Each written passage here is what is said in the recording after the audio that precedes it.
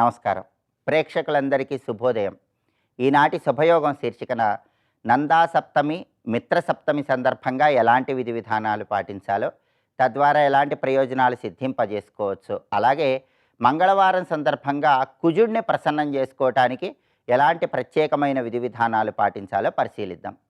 ప్రధానంగా పురుషార్థ చింతామణి, చతుర్వర్గ చింతామణి అనే ప్రామాణిక గ్రంథాల ప్రకారం మార్గశిర మాసంలో శుక్లపక్షంలో వచ్చే సప్తమి తిథిని నందా సప్తమి లేదా మిత్ర సప్తమి అనే పేర్లతో పిలుస్తారు.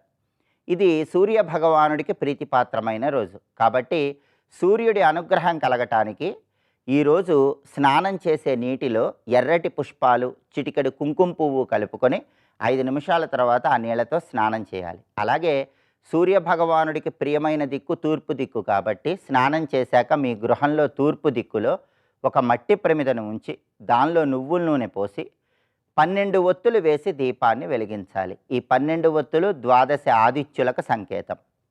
ఇలా తూర్పు దిక్కులో 12 ఒత్తుల దీపాన్ని వెలిగించేటప్పుడు మిత్ర, రవి, ఖగ, సూర్య, భాను, పూష, హిరణ్యగర్భ, మరీచి, ఆదిత్య, సవిత్రు, అర్క, భాస్కరేభ్యో నమః ఈ నామాలు చదువుకోవాలి. ఇలా చేస్తే మిత్ర సప్తమి సందర్భంగా సూర్యుడి అనుగ్రహానికి పాత్రులై అనారోగ్య సమస్యల తీవ్రతను తగ్గింపజేసుకోవచ్చు, ఉద్యోగపరంగా మంచి ప్రమోషన్లను సిద్ధింపజేసుకోవచ్చు.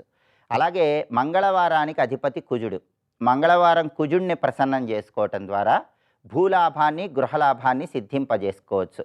రియల్ ఎస్టేట్ రంగంలో మంచి పురోభివృద్ధిని సాధించవచ్చు. అలాగే సోదర సోదరీమణులతో ఉన్నటువంటి విభేదాభిప్రాయాలు తొలగింపజేసుకోవటానికి, రుణబాధల తీవ్రతను తగ్గింపజేసుకోవటానికి మంగళవారం కుజుడిని ప్రసన్నం చేసుకోవాలి. కుజుడిని ప్రసన్నం చేసుకోవాలంటే కుజుడికి ప్రియమైన విధంగా మంగళవారం అర్ఘ్యాన్ని విడిచిపెట్టాలి. ఈ అర్ఘ్యాన్ని ఎలా విడిచిపెట్టాలంటే కుజుడికి ప్రియమైన దిక్కు దక్షిణ దిక్కు కాబట్టి కుజుడికి ప్రియమైన విధంగా ఒక రాగి చెంబులో నీళ్లు తీసుకొని ఆ నీళ్లలో ఎర్ర చందనము, ఎర్రటి పుష్పాలు, కుంకుమ కలిపినటువంటి అక్షింతలు కలిపి దక్షిణ దిక్కు వైపు ఒక పళ్ళాన్ని ఉంచి ఆ పళ్ళెంలో ఈ నీటితో అర్ఘ్యంలాగా విడిచిపెట్టాలి. అలా విడిచిపెట్టేటప్పుడు ఓం అం అంగారకాయ నమః అనే మంత్రాన్ని జపించుకోవాలి. ఈ మంత్రం జపించుకుంటూ అర్ఘ్యాన్ని విడిచిపెడితే కుజుడి విశేషమైన అనుగ్రహం కలుగుతుంది. అలాగే కుజుడికి ప్రియమైన దక్షిణ దిక్కులో ఈరోజు ప్రత్యేకమైన దీపాన్ని వెలిగించాలి.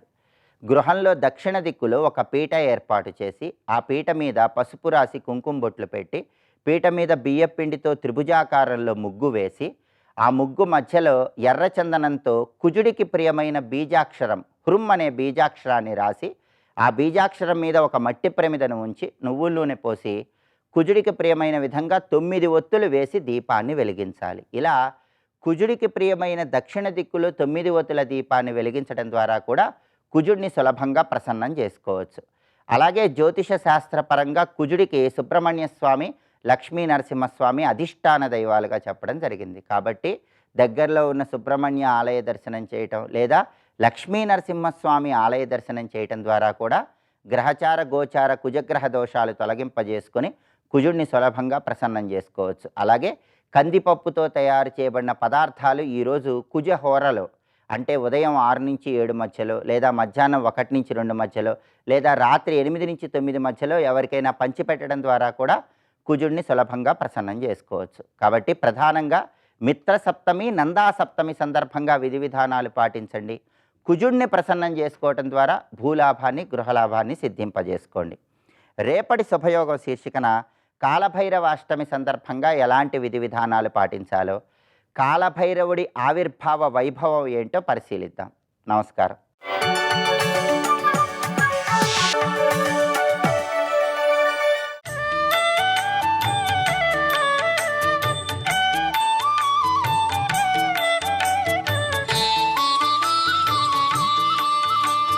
ఈశావాస్య విధం సర్వం యత్కించి జగత్యాన్ జగత్తేన త్యక్తేన భుంజీతా మా గురుదక్కస్య సిద్ధనం.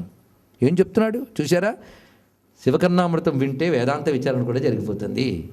నా వల్ల అవుతుందా అంటూ ఎంత చేశాడు మహానుభావుడు విచారణ. కనుకనే త్యక్తేన త్యాగేన 2 శబ్దములు. త్యాగము అంటే సన్యసనాది, ఇది అర్థం అనమాట. త్యాగం అంటే అర్థం. అయితే ఈ సన్యాసం అంటే అన్నిటి మీద విరక్తి పుట్టాలి అంటే ముందు నీ మీద అనురక్తి కలగాలి. అది అందుకే సన్యాసకృచ్ఛమశాంతో నిష్ఠాశాంతిపరాయణం. సన్యాసకృత్ అటువంటి వివేకం కూడా నువ్వే కలిగించాలయ్యా అని అక్కడే చెప్పాడు విష్ణు శాస్త్రంలోనే. ఆ భావాన్ని ఇక్కడ గ్రహించండి. కనుక స్వామి ఆ జ్ఞానం కూడా నువ్వు ఇవ్వాల్సిందే కదా. కనుక జ్ఞాన మార్గం అంత క్లిష్టమైనది, కర్మ మార్గం అంత క్లిష్టమైనది. ఇంక ఉపాసన. ఉపాసన అంటే అంత తేలికనుకున్నారు. అది మంత్రం పట్టుకుని వల్లివేయడం మాత్రమే కాదు ఉపాసన. భగవద్ రూపాన్ని ధ్యానించాలి. అదొక మార్గం ఉంది కదండి భక్తిలో. ఎప్పుడైనా సరే భగవంతుడి వైపు వెళ్ళే ఏ మార్గమైనా కష్టమే, సులభం కాదు. సులభంగా దొరకాలనుకోవడమే తప్పు. ఊరకే దొరుకునా ఉన్నతోన్నత సుఖము అంత సులభంగా దొరుకుతుంది అనుకున్నారా? మీరు జీవితంలో ఒక సర్టిఫికేట్ తెచ్చుకోవడానికి 20 ఏళ్ళు కష్టపడ్డారే. అల్టిమేట్ అయిన పరమాత్మను పొందడానికి అంత తేలిగ్గా పొందాలనుకోవడమే ఉంది తప్పు. కష్టపడాల్సిందే. తేలిగ్గా దొరుకుతుందా? అందుకే ప్రేమ్ నగర్కి రాహ్ కఠిన్ హై అంటాడు. ప్రేమ నగరానికి మార్గం మహా కష్టం. పరమాత్మ ప్రేమరూప ప్రియంకరి. భగవతత్వం అంత కఠిన్ హై, రాహ్ కఠిన్ హై. భక్తవని ఏదేమనండి అంత తేలిక కాదు. అందుకే దమ్మును వాడి రండి మార్గంలో కింద ఉపనిషత్తు తెలుసా? దమ్మును వాడు రావాలి. దృఢిష్ట బలిష్ట. అందుకే ఈ మాట చెప్పి ధైర్యంగా రండి లోపలికి, ధైర్యం ఉన్నవాడు రండి అని పిలిచారండి స్వామి వివేకానంద. గర్జన చేశాడు మహానుభావుడు. అంటే ధైర్యస్తులు వెళ్ళగలిగిన మార్గం అది, సాహస మార్గం. సాహస కాని వాడు జీవిత సమరానికి పరికినాడు అంటాడు ఒక ఆధునిక కవి. సాహసం ఉండాలి. లోకంలో ఏది సాధించాలనే సాహసం ఉండాలి. పరమార్థం సాధించాలి. ఏది పొందితే ఇంకేది పొందక్కర్లేదో అది పొందాలంటే ఇంకెంత కష్టపడాలో చూడండి. ఇక్కడ ఎల్కేజీ యూకేజీల కోసమే నానా కష్టాలు పడుతున్నాం. బ్రతుకు పరమార్థం అది ఎంత కష్టపడాలి. అందుకే స్వామి నీ రూపాన్ని ధ్యానిస్తే తరించిపోతావు అని ఒక మార్గం ఉన్నది. స్వామి నీ దివ్యమంగళ విగ్రహాన్ని ధ్యానిద్దామంటే ఇవన్నీ కూడాను వేషాలు లేకుండా ఉన్నదున్నట్టు భగవంతుడి ముందు ఒప్పుకునే నిష్కపట భక్తి. నువ్వేదున్నా లేకపోతే నిష్కపటం ఒక్కడ తెచ్చుకోవచ్చు. నిష్కపటం ఉన్నదున్నట్టు ఆయన దగ్గర ఒప్పుకుంటున్నాడు. చూడండి మన మనస్సుని స్కాన్ చేసి చూపిస్తున్నాడు ఈ శ్లోకాల్లో ఒక్కొక్కటి కూడా. సన్మహనీయమీశ తవ సావయవం వపురీశ సాగమం చిన్మయ విగ్రహస్య పరిశీలనమీశ్వర మే భవేత్ కథం త్వన్మయ భావనాతు హృది నాస్తి హి నాస్తి నాస్తి మే జన్మ నిరర్థకం హి శివశంకర మామవ పార్వతీపతే. సన్మహనీయమీశ నీ రూపాన్ని ఒక్కసారి ధ్యానిద్దామంటే అదేం తేలికయ్యా. నీ దివ్యమంగళ విగ్రహం అది సన్మహనీయం. మళ్ళీ మహనీయ శబ్దం వచ్చింది. సత్పురుషుల చేత పూజింపబడే రూపము నీది ఈశ్వర. సత్పురుషుల చేత యోగుల చేత ఆరాధింపబడే దివ్యమంగళ విగ్రహం నీది.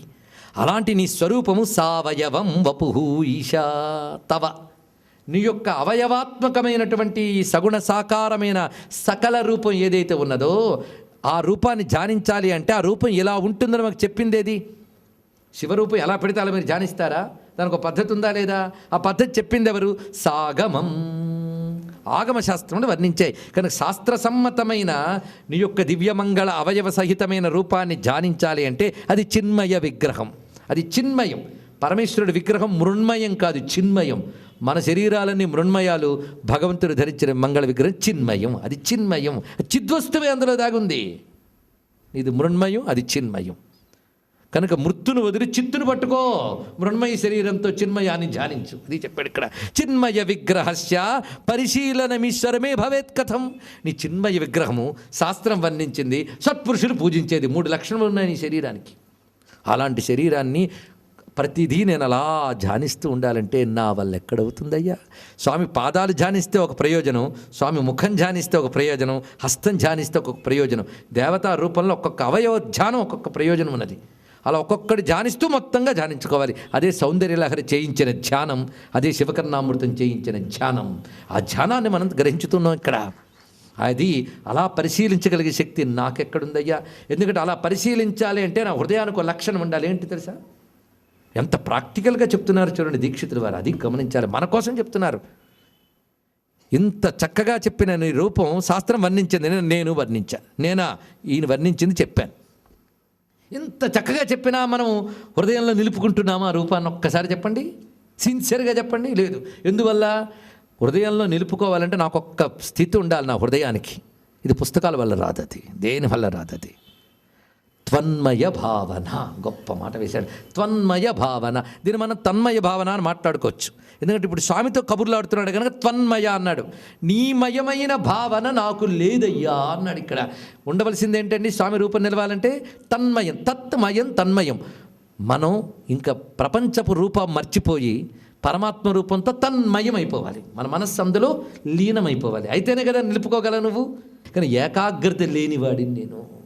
ఏకాగ్రత ఉంటే తన్మయత్వం ఒకటి వస్తుంది అయ్యా, లీనం అనేది ఒకటి వస్తుంది. ఏకాగ్రత లేని వాడికి లీనం ఎక్కడొస్తుంది? కనుక నాకు బుద్ధికి నిలుపుదల చేసేటటువంటి శక్తి లేదు, ఏకాగ్రత లేదు, మయత్వం రాదు. మయత్వం రాదు గనక మహాత్ములు పూజించే, శాస్త్రం వర్ణించే చిన్మయ విగ్రహాన్ని సంపూర్ణంగా దర్శించగలిగే స్థితి నా హృదయానికి లేదు. కనుకనే నీ రూపం ధ్యానిస్తే మోక్షం పొందిపోతాం అని కూడా ధైర్యంగా చెప్పలేని పరిస్థితి నాది. అందుకే తన్మయ భావనాతు హృది ఉందా లేదా ఆలోచించుకో. లేదు లేదు లేదు గట్టిగా చెప్తున్నాను ఇది. ఏమని? త్వన్మయ భావనాతు హృది నాస్తి నాస్తి నాస్తి మే. తన హృదయాన్ని ఆయన ముందు ఓపెన్ చేస్తున్నాడు. నాకేమీ లేదయ్యా గొప్పగా చెప్పుకోవడానికి, నీ అనుగ్రహం పొందడానికి పనికొచ్చే ఒక్క వస్తువు లేదు స్వామి నా దగ్గర, నన్ను ఏం చేయమంటావు? మన విడిచిపెడతావా? విడిచిపెట్ట, నిన్నే పట్టుకుంటా. ఏమీ లేదని పట్టుకుంటానయ్యా. ఈ ఆర్తి చూడండి ఇక్కడ. మొత్తానికి ఒక్కటి ఒప్పుకుంటా, ఇది లేదు, నీ రూపాన్ని ధ్యానించే శక్తి లేదు అంటే ఉపాసన మార్గంలో వీక్, జ్ఞాన మార్గంలో పరమ వీక్కు, ఇంత కర్మ మార్గంలో బాడీయే వీక్కు. పుణ్యకర్మలు చేయాలంటే స్నానం చేస్తే జలుబు వస్తుంది, యజ్ఞం చేస్తే వేడికి మరుగు జబ్బు వస్తుంది. ఏం చేస్తాం? గట్టిగా జపం చేస్తే కీళ్ళ నొప్పులు, కాళ్ళ నొప్పులు. కానీ కర్మ మార్గంలో ధరించలేను, జ్ఞాన మార్గం చేత కాదు, ఉపాసన మార్గంలో ఏకాగ్రత లేదు. గట్టిగా వర్ణించుతాను కూర్చోవేయంటే నిద్ర వస్తుంది. పోనీ నువ్వు చెయ్యలేవు, అవతల వాడు వర్ణిస్తే పోని భావిస్తావంటే అక్కడ నిద్ర వస్తుంది. ఇది కర్మయ్య. మొత్తాన్ని కూడా తెలిసింది ఏమిటంటే నాస్తి నాస్తి నాస్తి. 3 మార్లు అన్నాడు చూడండి. లేదు లేదు లేదు అయ్యా. మొత్తానికి తేలిపోయింది ఏంటంటే జన్మ నిరర్థకం హి శివశంకర మామవ పార్వతీపతే. నువ్వు ఇచ్చిన జన్మంతా వ్యర్థమైపోయింది స్వామి, ఇంకెలా తరిస్తాను నేను? తరించాలంటే ఇదే, ఈ ఒక్కటే ఆధారం. ఈ ఒక్క బతుకు ఇలా 3 సిద్ధం కాలేదు. పోనీ ఇంక ఇది చేత కాలేదు, మరొకటి చేతన వాళ్ళు చూడండి ఎన్ని ఆల్టర్నేటివ్స్ ఉన్నాయో. ఇందులో ఏది పట్టుకున్నా దీన్ని నెక్స్ట్ స్టెప్లుగా తీసుకుపోతుంది. అదా ఇదా అని ఆలోచించేప్పుడు బతుకైపోతుంది. ఏదో ఒకటి పట్టుకుంటే ఎక్కడికో దగ్గరికి వెళ్ళగలుగుతాడు. స్వస్తి.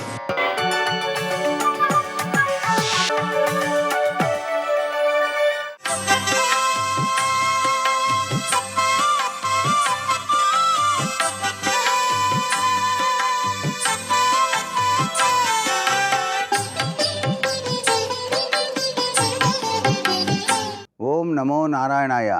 ఓం నమః శివాయ. శ్రీమాత్రే నమః. మార్గశిర మాసం విష్ణుదేవునికి చాలా ప్రీతికరమైనటువంటి మాసంగా శాస్త్రాలు అభివర్ణిస్తున్నాయి. మాసానాం మార్గశీర్షోహం అని చెప్పేసి మనం విష్ణుదేవునికి ప్రత్యేక పూజలు కూడాను ఆచరిస్తాం.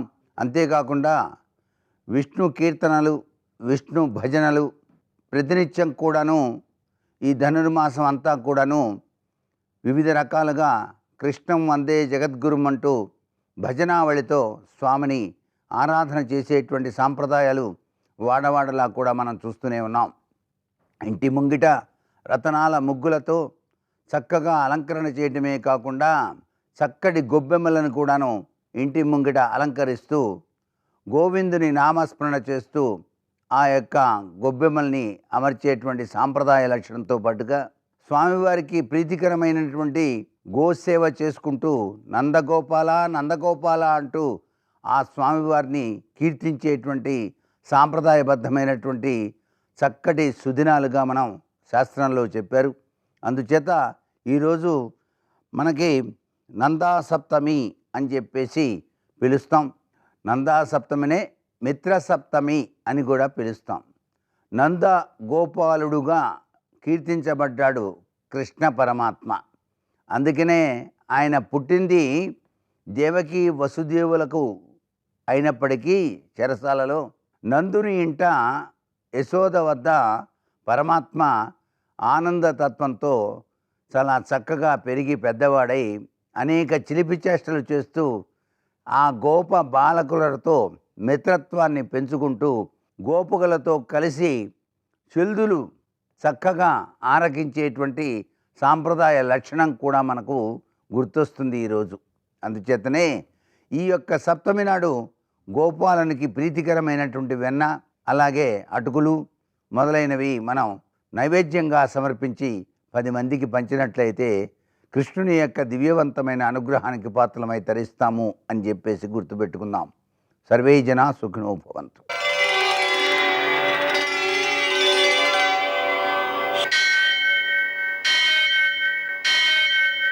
सहस्रशीरुषं देवं विश्वाक्षं विश्वशम्भुवं विश्वं नारायणं देवमक्षरं परमं पदं विश्वतः परमां नित्यं विश्वन्नारायणगुं हरिं विश्वमेवेदं पुरुषस्तद्विश्वमुपजीवति पतिं विश्वस्यात्मेश्वरगुं शाश्वतगुं शिवमच्युतं नारायणं महाज्ञेयं विश्वात्मानं परायणम्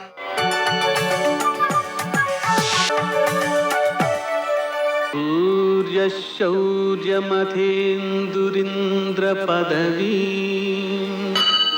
सन्मङ्गलं मङ्गलम् మర్కటేశ మహోత్సా సర్వశోక వినాశనా శత్రువును సంహర మాం వృక్షశ్రియందాపయమే ప్రభో. నేటి కాలమాన విశేషాలను గమనిద్దాం. స్వస్తి శ్రీ చాంద్రమాన శోభకృన్నామ సంవత్సరం దక్షిణాయనం హేమంత ఋతువు మార్గశిర మాసం శుక్లపక్షం మంగళవారం. సూర్యోదయం 6:44 సూర్యాస్తమయం 5:42. తిథి సప్తమి మధ్యాహ్నం 1:08 వరకు. నక్షత్రం పూర్వభాద్ర రాత్రి 12:03 వరకు. వర్జం ఉదయం 7:25 నుంచి 8:55 వరకు. దుర్ముహూర్తం ఉదయం 8:56 నుంచి 9:39 వరకు. మరల రాత్రి 10:55 నుంచి 11:47 వరకు.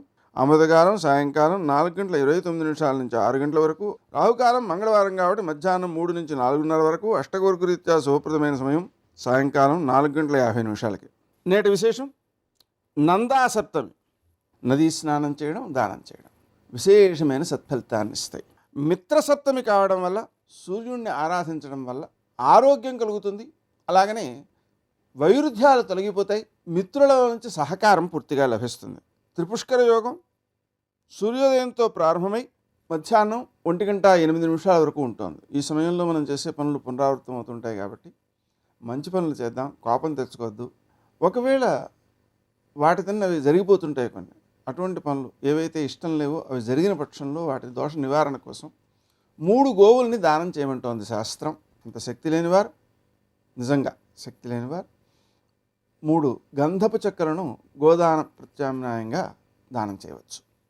దానివలన సత్ఫలితం సిద్ధిస్తుంది. ధనుర్మాసంలో 3వ శుభదివసం. ఈ సందర్భంగా గోదాదేవి చెబుతోంది, నోము అనుకుంటున్నాం ఈ వ్రతాన్ని.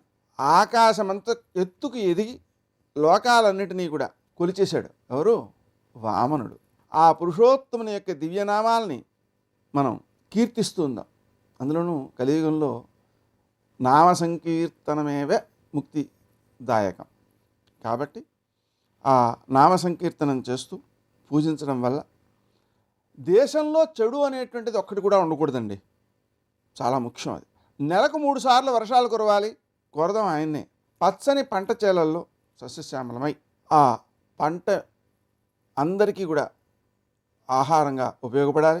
చెరువుల్లో చేపలు పుష్కలంగా ఎగిరి తుళ్ళు పడుతుంటే, ఎర్ర తామరలు కదులుతుంటే, ఆ తుమ్మెదలు వాటిపై నిద్రిస్తుంటే ఎంత సుందరంగా ఉంటుందో. సాధు స్వభావం కలిగినటువంటి ఆవులన్నీ కూడా పచ్చిక బాగా మేయడానికి తగినట్టుగా గడ్డి మొలవాలి. నిండైన పొదుగులతో పాలు ఇవ్వాలి. మెడలో గంటలతో గల్లుగల్లు వినిపిస్తూ ఉండాలి. అవి పెద్ద పెద్ద కుండల నిండా పాలను ఇస్తూ ఉండడం వల్ల ఏ కొరత లేకుండా అష్టైశ్వర్యాలతో దేశం అభివృద్ధి చెందాలి. ఈ సంకల్పంతో మనం వ్రతాన్ని ఆచరిద్దాం. మనకేమిటి లాభం అనేటువంటి భావన కాకుండా మనం ఆచరించడం వల్ల స్వామివారి అనుగ్రహం తప్పనిసరిగా సిద్ధిస్తుంది అని చెబుతాను. నేటి ఆణిమత్యాలు.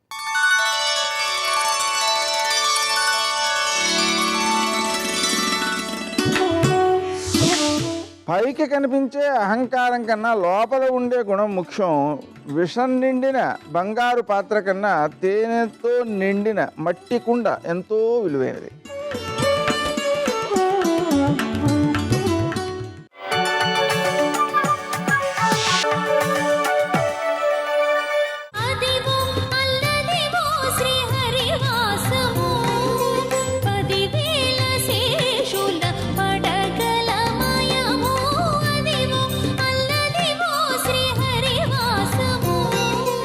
పాపపు రక్కసుడు త్రోవ పడియుండి నృప అని అద్భుతమైన అనువాదం చేశారు పోతన గారు. పాపపు రక్కసుడు అన్నారు సంస్కృతంలో అఘాసురుడు అంటే. త్రోవలో పడుకుని ఆకర్షిస్తాడు, ఆకర్షణకి లొంగి పాపంలోకి వెడితే మింగేస్తాడు. మీరు వెళ్ళకపోతే నేను వెళ్ళను నాకు ఈశ్వరుడు కావాలన్నారు అనుకోండి, బలవంతంగా మింగలేడు. మిమ్మల్ని బలవంతంగా గ్రసించడం పాపం చేయలేదు. పాపం ఆకర్షణ చూపించి లాగడానికి ప్రయత్నిస్తుంది అంతే. అందుకే కలియుగంలో పాపాన్ని చేస్తేనే పాప ఫలితం ఇస్తారు, కానీ చేసిన కాని పాపములు చెందవు. చేయతలంచినంతటన్ చేసేదనన్న మాత్రమున చెందు కదా కలిలోన పుణ్యముల్ మోసములీదటంచు నృపముఖ్యుడు కాచ కలిన్. త్రికరణ శుద్ధిగా ఏదో నోటి మాటగా అనడం కాదు, నిజంగా మనసారా ఓ కోరిక కోరుకున్నాడు, ఈశ్వరుడు వాడు ఆ పని చేశాడు అని ఫలితం ఇచ్చేస్తాడు. అయితే ఒకటి, మనసారా కోరుకున్న కోరిక అయి ఉంటే, నాకు గంగా స్నానం చెయ్యాలని ఒక పెద్ద కోరిక, కాశీ వెళ్ళాలి, గంగలో స్నానం చేయాలి, కనీసంలో కనీసం ఉత్తరాయణంలో ఒక్కసారి, దక్షిణాయనంలో ఒక్కసారి గంగా స్నానం చేసి రావాలి అని మనసులో చాలా కోరికుండి దక్షిణాయనం అయిపోగానే వెళ్ళలేకపోయాను అనుకోవడమే ఇన్నేళ్ళు వచ్చేసాయి. దక్షిణాయనంలో ఉత్తరాయణంలో కూడా గంగా స్నానం చేయలేకపోతున్నాను అని నేను బాధపడ్డాను అనుకోండి, నేను గంగా స్నానం చేసేసానని వేసేస్తాను. అది కలియుగంలో ఉండేటటువంటి గొప్ప అదృష్టం. అయితే రోజు లేచి నేను ఆ సహస్రలింగార్చన చేస్తే బాగుండు అని మనసులో ఒకసారి అనేసుకుని వెళ్ళిపోతే వస్తుందని కాదు చూసమండి. త్రికరణ శుద్ధిగా ఆర్తి పొంది అన్నవాడైతే పాపం ఆయన తీర్చుకోవడానికి ప్రతిబంధకములను దాటలేకపోతే, అటువంటప్పుడు చేసేదనన్న మాత్రమున చెందు కదా కలిలోన పుణ్యముల్, అలా అనుకున్నంత మాత్రం చేత పుణ్యాన్ని ఇస్తున్నాడు. అలా చేస్తే బాగుండు అని అనుకుంటే మాత్రం పాప ఫలితాన్ని ఇవ్వట్లేదు, చేస్తేనే పాప ఫలితాన్ని ఇస్తున్నాడు. చేద్దాం అనుకుంటే త్రికరణ శుద్ధిగా పుణ్యఫలాన్ని ఇచ్చేస్తున్నాడు. అందుకే మోసము లేదటంచు నృపముఖ్యుడు కాచ కలిన్, అందుకు పరీక్షిత్తు చంపడం మానేశాడు. మరందముల్లాసముతోడ గ్రోలి విరులం తెగవేయని తేటికైవడిన్. తేనె ఉల్లాసంగా తాగి పువ్వుని పాడు చేయనటువంటి తుమ్మెద ఎంత మర్యాదగా ప్రవర్తించిందో అలా ఈయనని కట్టడి చేశాను, కొన్ని స్థానాలే ఇచ్చాను. ఇప్పుడు ఆయన ఉండడం వల్ల సమాజానికి ప్రయోజనం ఉన్నది ఈ యుగంలో, కాబట్టి ఇతన్ని చంపేయకూడదు, వదిలిపెట్టేశాడు పరీక్షిత్. అది భగవంతుడిచ్చినటువంటి మొట్టమొదటి అవకాశం కలియుగంలో. నువ్వు ఏ కారణం చేతనైనా, ఏ పరిమితుల వలననైనా, అందుకే గంగాస్నాన ప్రకరణంలో వ్యాఖ్యానంలో ఒక మాట అంటారు, తీరా కాశీ గంగ స్నానం చేద్దాం అనుకుని వెళ్ళాడు, తీరా గంగా స్నానానికి అని వెళ్ళిన తర్వాత కాశీలో తెల్లారగానే 104 జ్వరం వచ్చింది. ఇప్పుడు ఆ గదిలో పడుకుని ఏడుస్తున్నాడు, అయ్యో ఇంత దూరం వచ్చాను గంగ స్నానానికి వెళ్ళలేకపోతున్నాను. తనతో వచ్చిన వాళ్ళు వెళ్ళి గంగ స్నానం చేసి వచ్చేసారు. ఇప్పుడు ఇంత దూరం వచ్చాను గంగ స్నానం చేయలేకపోయానని ఏడిచిన వాడికి గంగా స్నానం చేసినటువంటి ఫలితాన్ని ఇచ్చేశారు. కాబట్టి మోసము లేదటంచు నృపముఖ్యుడు కాచే కలిన్, మోసము లేదు అని చెప్పి మహానుభావుడు పరీక్షిత్ కలిపురుషుణ్ణి సంహరించకుండా వదిలిపెట్టాడు. సర్వం శ్రీ ఉమామహేశ్వర పరబ్రహ్మార్పణమస్తు. స్వస్తి.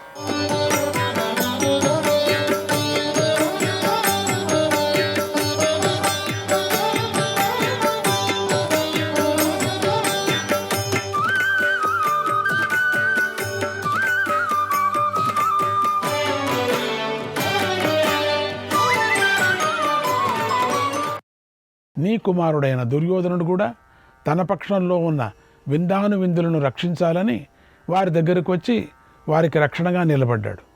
యుద్ధానికి దిగాడు. మరోవైపున ద్రోణుడు కోపించి పాంచాలుడు సైన్యాన్ని అంతటిని నాశనం చేయసాగాడు. ఇంకోవైపున నీ పుత్రులందరూ భీష్ముడి చుట్టూ నిలబడి పాండవులతో యుద్ధం చేయసాగారు. ఇంతలో సూర్యుడు ఎర్రబడుతూ ఉండటాన్ని చూసి దుర్యోధనుడు త్వరబడి తొందరగా వధించండి అని సేనలను ప్రేరేపించాడు. అప్పుడు వారు భీకరమైన పరాక్రమాన్ని ప్రదర్శించారు. ఇంతలో సూర్యుడు అస్తాద్రిని చేరాడు. కాంతి తగ్గిపోయింది. సంధ్యాకాలం ప్రారంభమైంది. అర్జునుడు సంధ్యా సమయాన్ని చూసి సుశర్మ మొదలైన రాజులను అతడి అనుచరులను ఓడించి తన శిబిరానికి వెళ్ళాడు. ఆ తర్వాత పాండవులు కౌరవులు తమ తమ శిబిరాలతో ఒకరినొకరు అభినందించుకుంటూ విశ్రమించారు.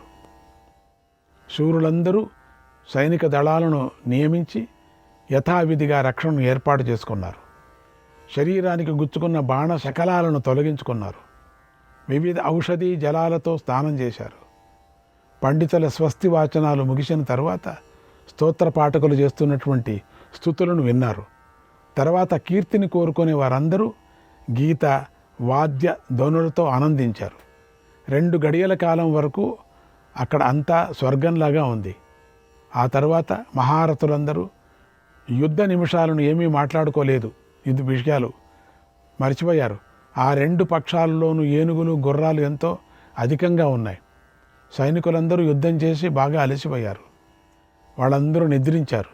అన్నాడు సంజయుడు, శృణ్వతాం స్వకథాః కృష్ణః పుణ్యశ్రవణ కీర్తనః హృద్యోంతస్థో హ్యభద్రాణి విధునోతి సుహృత్సతాం. శ్రీ మహాగణపతే నమః. శ్రీకృష్ణాయ పరమాత్మనే నమః. శ్రీ వేదవ్యాసాయ నమః. 87వ అధ్యాయం. 7 రోజులు అయిపోయింది మనకు. 8వ రోజుకు వచ్చాం. సంగ్రామం చాలా అద్భుతంగా జరుగుతున్నది. ధృతరాష్ట్రునితో ఇలా అన్నాడు సంజయుడు, ఓ మహారాజా, కౌరవ పాండవ రాజులు చక్కగా నిద్రను అనుభవించారు. 7వ రోజు రాత్రిని కూడా గడిపారు. తెల్లవారింది. మళ్ళీ యుద్ధానికి బయలుదేరి రణభూమికి చేరారు. ఆ సమయంలో యుద్ధరంగంలో మహాసముద్ర ఘోషలాగా ఇరు సైన్యాల గర్జనలు భీకరంగా వినిపించేస్తున్నాయి. విశాల సైన్యంతో వ్యూహాన్ని రచించారు. భీష్ముడు సముద్రంలాగా ఉన్నది, విశాలమైనది, భయంకరమైనదైన మహావ్యూహాన్ని పన్నాడు. అందులో ఏనుగులు గుర్రాలు మొదలైన వాహనాలు ఉన్నతమైనటువంటి తరంగాలలాగా కనిపిస్తున్నాయి. భీష్ముడు సర్వ సైన్యాలకు ముందుగా ఉన్నాడు. ఆయనతో పాటు మాళవులు, దక్షిణ ప్రాంతీయులు, అవంతి దేశీయులు ఉన్నారు. ఆయన వెనక పుళిందులు, పారదులు, శుద్రకులు, మాళవ దేశీయులైన వీరులు, ద్రోణుడు ఉన్నాడు. ద్రోణుడు వెనుక మాగధులు, కళింగులు, పిశాచ సైనికులతో కలిసి భగదత్తుడు నుండి ముందుకు నడిచాడు. ఆ భగదత్తుడు వెనుక కోసల రాజు అయిన బృహద్బలుడు, మేకలులు, కురువిందులు, త్రిపుర సైనికులతో కలిసి నడిచాడు.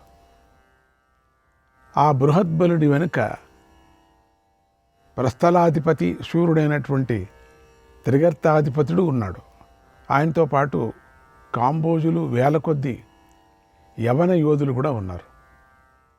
ఆయన తర్వాత వీరుడైన అశ్వత్థామ ఉన్నాడు. ఆ అశ్వత్థామ వెనుక నీ పుత్రుడైన దుర్యోధనుడు సకల సైన్యాలు సోదరులతో కలిసి వెళ్ళాడు.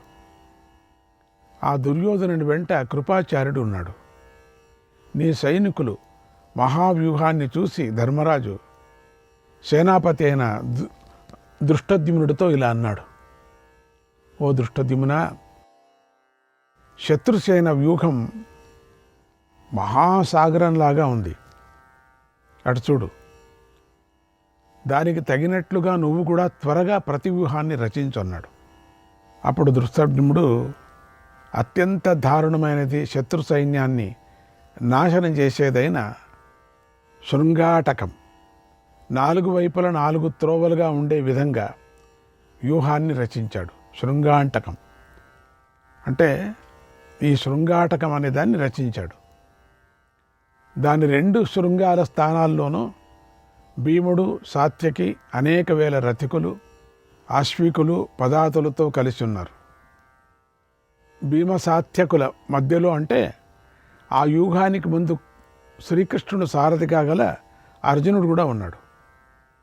ఆ వ్యూహానికి మధ్య భాగంలో ధర్మరాజు, నకుల, సహదేవులు ఉన్నారు.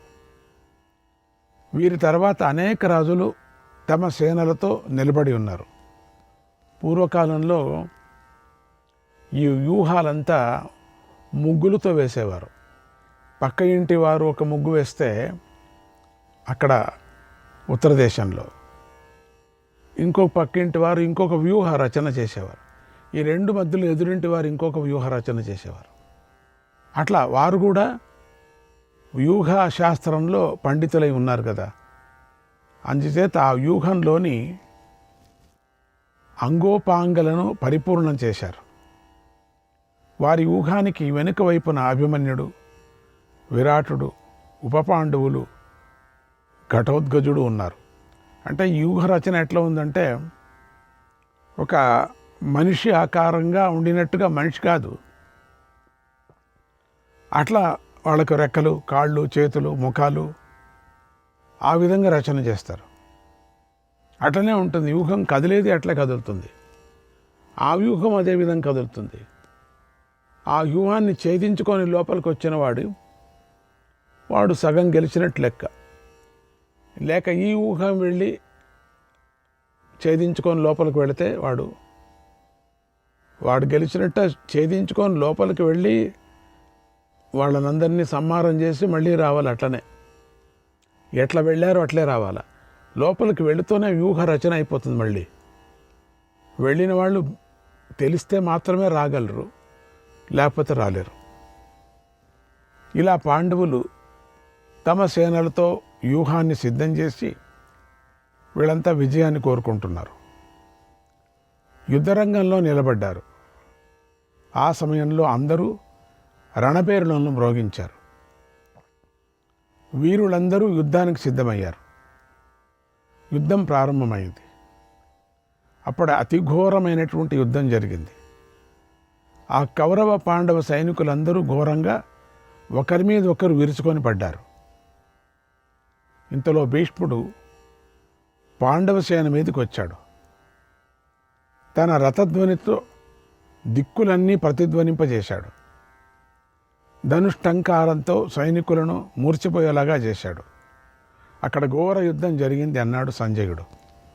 అన్నది ఇంత వ్యూహాల్లో జరగకుంటుందా? శ్రీకృష్ణాయ పరమాత్మనే నమః. ఈ 88వ అధ్యాయం. సంజయుడు ధృతరాష్ట్రకి ఇలా చెప్తున్నాడు, ఓ మహారాజా, భీష్ముడు ఎండవేడితో తపింపజేసే సూర్యుడిలాగా తీవ్రంగా ప్రకాశిస్తున్నాడు. ఇప్పుడు భీష్ముడు విజృంభిస్తున్నాడు. యుద్ధరంగంలో కోపించున్నాడు. అన్ని దిశలకు తన ప్రతాపాన్ని చూపిస్తూ విజృంభిస్తున్నాడు. ఆయన ప్రతినిత్యము విజృంభిస్తున్నాడు. ఆయన ఉండేంతవరకు కౌరవులు ముఖ్యమైన వాళ్ళు చెక్కు చెదరడు. మిగతా పదాతులు అంటే ఏనుగులు, గుర్రాలు, కాల్బళం ఇవంతా పోతున్నాయి. అంతేగాని ముఖ్యమైన వాళ్ళు ఎవరూ పోవటం లేదు. భీష్ముడి యొక్క అండ ఉంది. ఆ భీష్ముడిని పాండవ సైన్యం తేరిపారా చూడలేకపోయింది కూడా. చూడలేకపోయింది, భయపడ్డారు. అప్పుడు ధర్మరాజు ఆజ్ఞానుసారం సకల సైన్యాలు భీష్ముడిపైకి దూకాయి. ఆ భీష్ముడు యుద్ధప్రియుడు. ఆయన బాణాలను ప్రయోగించి శృంజయులతో కలిసినటువంటి సోముకులను, పాంచాలులను వధించసాగాడు. అలా భీష్ముడు గాయపరుస్తూ ఉంటే, సంహరిస్తూ ఉంటే పాంచాలురు, సోముకులు మరణ భయాన్ని విడిచిపెట్టారు. వెనక్కి తగ్గలేదు, వెనుకకు అడుగు వేయలేదు. వేగంగా భీష్ముడి మీదకే వెళ్ళారు. భీష్ముడు విజృంభించి ఆ రథికులు బాహువులను కూడా శిరస్సులను ఖండించి వేశాడు. ఆ భీష్ముడి అస్త్రాల తాకిడికి ఎన్నో ఏనుగులు మూర్చిపోయాయి. ఆ సమయంలో భీష్ముడి ఎదుట పాండవ సైన్యంలో భీముడు ఒక్కడే నిలబడి ఉన్నాడు. ఆయన బాణాలతో ఎదిరించాడు. అప్పుడు యుద్ధభూమిలో భీష్మ భీముల యుద్ధం జరిగే సమయంలో భయంకరమైన కోలాహలం వ్యాపించింది. పాండవులు ఎంతో సంతోషంతో సింహనాదాలు చేశారు. యుద్ధంలో తీవ్రంగా జనసంహారం జరుగుతూ ఉంటే దుర్యోధనుడు తన సోదరులతో కలిసి వచ్చి భీష్ముడికి రక్షణగా నిలబడ్డాడు. భీష్ముడు సారథిని సంహరించాడు. అప్పుడు యుద్ధభూమిలో గుర్రాలు భీష్ముడి రథాన్ని అటు ఇటు లాగుతూ పరుగులు తీశాయి. భీష్ముడు పక్కకు వెళ్ళిపోయాడు. భీముడు యుద్ధరంగంలో స్వేచ్ఛగా విజృంభించి తిరిగాడు. అప్పుడు నీ పుత్రుడైన సునాభుడు భీముడి మీదకి వచ్చి దాడి చేశాడు. అందుకు భీముడు కోపించి పదునైన ములికి గల శూరప్రం అనే బాణాలతో సునాభుని శిరస్సును ఖండించేశాడు. సునాభుడు మరణించి నేలకూలాడు. సునాభుడి మరణాన్ని చూసి అతడి 7 సోదరులు కూడా సహించలేకపోయారు. వాళ్ళు కూడా విజృంభించారు.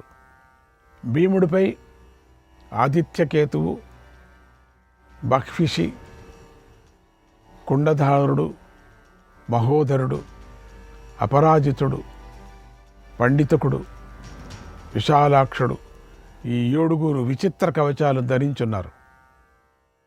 వారు భీముడి మీదకు దాడి చేశారు. మహోదరుడు వజ్రం వంటి 9 బాణాలను ప్రయోగించి భీముడిని కొట్టి బాధించారు. ఆదిత్యకేతువు 70 బాణాలను ప్రయోగించాడు. బహ్వసి 5 బాణాలను ప్రయోగించాడు. కుండధారుడు 90 బాణాలు, విశాలాక్షుడు 5 బాణాలను భీముడిపైకి ప్రయోగించారు. అపరాజితుడు అనేక బాణాలను ప్రయోగించాడు. పండితకుడు భీముడిపైకి 3 బాణాలను ప్రయోగించాడు. ఇలా శత్రువులు బాధించటాన్ని భీముడు సహించలేకపోయాడు. ఎడమ చేతిలో ధనస్సును పట్టుకొని ఒక వంగిన కణుపులు గల బాణం ప్రయోగించి అపరాజుడు శిరస్సును ఖండించాడు. తర్వాత అందరూ చూస్తూ ఉండగా ఇంకొక బాణం ప్రయోగించి కుండదారుణ్ణి యమలోకానికి పంపాడు. మరొక బాణాన్ని పండితుడికి పైకి వదిలాడు. భీముడు ప్రయోగించిన ఆ బాణం పండితుకుడిని చంపి భూమిలోకి వెళ్ళిపోయింది. అప్పుడు భీముడు 3 బాణాలను ప్రయోగించి విశాలాక్షుడి శిరస్సును ఖండించాడు. తర్వాత ఒక బాణాన్ని మహోదరుడి గుండెల్లో గుచ్చుకునేలాగా ప్రయోగించాడు. ఆ బాణపు దెబ్బతో మహోదరుడు నేలకూలిపోయాడు. తర్వాత భీముడు ఆదిత్యకేతువు ధ్వజాన్ని విరగ్గొట్టాడు. ఇంకొక బాణంతో అతడు శిరస్సును ఎరగొట్టాడు. ఇలా అతడిని వధించాడు. అప్పుడు భీముడు బాగా కోపించున్నాడు. వంగిన కణుపులు గల ఒక బాణాన్ని ప్రయోగించి బహ్వషి అనే ధృతరాష్ట్రపుత్రుణ్ణి చంపేశాడు. అలా విజృంభిస్తున్న భీముడిని చూసి మిగిలిన నీ పుత్రులందరూ ఎంతో భయపడ్డారు. ఆనాడు ద్యోత సభలో తాను పలికిన మాటలను ఈనాడు భీముడు సత్యం చేసి చూపిస్తున్నాడని చూసి అక్కడి నుండి వేగంగా పారిపోయారు వాళ్ళందరూ. దుర్యోధనుడు సోదరుని మరణం గురించి విని ఎంతో బాధపడ్డాడు. భీముడిని సంహరించండి అని సైనికులకు ఆజ్ఞాపించాడు. ఆ సమయంలో నీ పుత్రులు తమ సోదరుల మరణాన్ని ప్రత్యక్షంగా చూశారు. పూర్వం విదురుడు చెప్పిన మాటలను గుర్తు చేసుకున్నారు. విదురుడు చెప్పాడు కదా ఎంతో ఇవన్నీ జరుగుతాయని. ఆ విదురుడు ముందు చూపు గలవాడు. ఆయన మన మేలు కోరి చెప్పిన మాటలు ఇప్పుడు నిజమైపోతున్నాయి. కొంతమంది చెప్పే మాటలు వినాల, లేకపోతే నిజమే చాలా బాధపడతారు అని వారు ఎంతో దుఃఖించారు. నువ్వు పుత్రమోహంలో పడ్డావు. మహాజ్ఞాని అయిన విదురుడు చెప్పిన సత్యమైనవి మేలైనవి అయిన మాటలను నువ్వు ఖండితంగా వినిపించుకోలేదు. ఆ రోజు విదురుడు చెప్పినట్లుగానే భీముడు నీ పుత్రులను చంపేశాడు. అలాగే కౌరవులందరినీ తప్పకుండా సర్వనాశనం చేస్తాడు. ఇది నిజం. ఇందుకు దుర్యోధనుడు ఎంతో బాధపడ్డాడు. భీష్ముడి దగ్గరకు వచ్చి ఎంతో పెద్దగా రోధించాడు. తాత, భీముడు శూరులైన నా వారిని అందరినీ యుద్ధంలో చంపేస్తున్నాడు. అలాగే నా సమస్త సైనికులు విజయం కోసం ప్రయత్నం చేస్తున్నారు, కానీ అతడి చేతిలో మరణిస్తున్నారు. నువ్వు మధ్యస్థంగా ఉండటంతో మా విషయంలో ఉపేక్ష వహిస్తున్నావు. నేను చాలా చెడు త్రోవలో బయలుదేరాను. ఇది నా దురదృష్టం అన్నాడు. ఇప్పుడు రియలైజ్ అవుతానే ప్రయోజనమే. క్రూరమైన ఆ మాటలు విని దేవవ్రతుడు దుర్యోధనుడితో ఇలా అన్నాడు, నాయనా, నేను ఈ విషయం గురించే పూర్వం నీకు చెప్పాను కదా. ద్రోణుడు, విదురుడు, గాంధారి కూడా నీకు ఈ విషయాన్నే చెప్పారు. ఓ దుర్యోధన, నువ్వు నన్ను ద్రోణుణ్ణి ఆజ్ఞాపించకూడదని నీకు ఇంతకు ముందే చెప్పాను. నా దగ్గర వచ్చి నువ్వు ఆజ్ఞాపించకూడదు, నువ్వు అట్లా చేయి ఇట్లా చేయని. నన్ను ద్రోణుని ఇద్దరిని ఆజ్ఞాపించకూడదని చెప్పాం. జ్ఞాపకం ఉందా నీకు? ఇప్పుడు ఆజ్ఞాపిస్తున్నావు, ప్రయోజనం లేదు. మాకు పాండవులు కౌరవులంటే సమానమైన వాత్సల్యం ఉంది. పాండవులంటే చాలా వాత్సల్యం మాకు. యుద్ధంలో భీముడు ధృతరాష్ట్రపుత్రులను ఎవరెవరిని చూస్తాడో వారందరినీ విడిచిపెట్టాడు, తప్పకుండా వధిస్తాడు.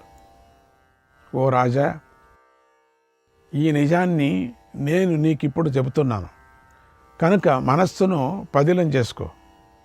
యుద్ధం చెయ్యాలని దృఢంగా నిశ్చయం చేసుకో. వీర స్వర్గాన్ని చేరుకోవటమే అంతిమ లక్ష్యంగా పెట్టుకో. అలా మనస్సును గట్టిగా చేసుకొని పాండవులతో యుద్ధం చేయి. ఇంద్రుడితో సురాసురులు కలిసి వచ్చిన పాండవులను జయించలేరు కనుక స్థిరమైన బుద్ధితో యుద్ధం చేయన్నాడు అని అన్నాడు భీష్ముడు. ధృతరాష్ట్రుడికి మళ్ళీ చెప్తూనే ఉన్నాడు అని చెప్పాడు సంజయుడు. శ్రీకృష్ణాయ పరమాత్మనే నమః. 89వ అధ్యాయం. ధృతరాష్ట్రుడు సంజయుడితో ఇలా అన్నాడు, ఓ సంజయ, భీముడు ఒక్కడే యుద్ధంలో నా పుత్రులను చాలామందిని సంహరించాడు. అప్పుడు భీష్మ, ద్రోణ, కృపాచార్యులు ఏం చేశారు? సంజయ, రోజు రోజుకు నా పుత్రుల సంఖ్య తగ్గిపోతుంది. మేమందరము దైవం చేత విడిచిపెట్టబడ్డామని అనుకుంటున్నాం. దేవుడు మమ్మల్ని చేయి వదిలేశాడు. ఎట్లా వదులుకుంటాడా? దేవుడినే నమ్మని వాళ్ళు దేవుడు వదిలేశాడంటే ఎట్లా అంటావు? చాలామంది అదే అంటుంటారు, దేవుడు మా మీద దయ లేదు అని. ఎప్పుడు కష్టం వచ్చినప్పుడు దయ ఉండటానికి నువ్వేమైనా చేసావా? నువ్వేమీ చేయలేదే, నువ్వు ఊరూరికే దయ వచ్చేస్తుందా నీ మీద? అది తప్పు కదా మనం అట్లా అనుకోవటం. పరమాత్ముడిని సేవించారా మీరు? పరమాత్ముడిని నమ్మారా? పరమాత్ముడికి మీరు ఏం చేశారు? ఏ సాధన చేశారు? ఎన్ని మాటలు స్మరణ చేశారు? ఏది చేయకోకుండా కట్టకాలం వచ్చి ఇంకేం చచ్చిపోయే సమయంలో అయ్యో దేవుడు అంతా మమ్మల్ని చేయి వదిలేశాడంటే ఏ ఊరూరికే అందరినీ రాక్షసుల్ని కూడా రక్షించమంటావా దేవుడు? మీరేం చేయకపోయినా కూడా అభక్తుల్ని కూడా వెళ్ళి రక్షించమంటావా? అభక్తులకి ఇప్పుడు రక్షిస్తున్నాడు. ఏమిటి శిక్ష అనేది? రక్షణ అంతే. వీరస్వర్గం మీకు అందరికీ అదే కదా రక్షణ, ఇంకేముంది దానికన్నా? ఇప్పుడు అంటే ఏం ప్రయోజనం? ఏమయ్యా నువ్వు కృష్ణుడిని మర్యాదగా చూశారా మీరు ఎవరైనా నీ పుత్రులు? ఇప్పుడు అంటున్నావు ఏం ప్రయోజనం? దురదృష్టం వల్ల నా పుత్రులు విజయాన్ని పొందటం లేదంటున్నావు. యుద్ధభూమిలో భీష్ముడు, ద్రోణుడు, కృపాచార్యుడు, భగదత్తుడు, భూరిశ్రవుడు, అశ్వత్థామ, ఇంకా యుద్ధంలో వెన్ను చూపని మహావీరులెందరో ఉన్నారు, భయపడతలే, దండిగున్నారులే. వీరందరి మధ్యలో ఉండి కూడా నా పుత్రులు ప్రతిరోజు యుద్ధంలో మరణిస్తున్నారంటే ఇదెంతో దురాదృష్టం. సరే వాళ్ళే కదా, పిల్లలే కదా మరణించేది, పెద్దవాళ్ళేం మరణించలేదు కదా, ఏం భయపడదులే. మూర్ఖుడైన దుర్యోధనుడు నా మాటలను వినిపించుకోలేదు. ఓహో ఇప్పుడు అట్లా అంటున్నావా? సరిగ్గా తెలుసుకోలేదు. సంజయ, నేను భీష్ముడి, విదురుడు, గాంధారి కూడా మా వాళ్ళ మేలు కోరి అడుగడుగునా దుర్యోధనుడిని అడ్డుకున్నాం. శ్రీకృష్ణాయ పరమాత్మనే నమః.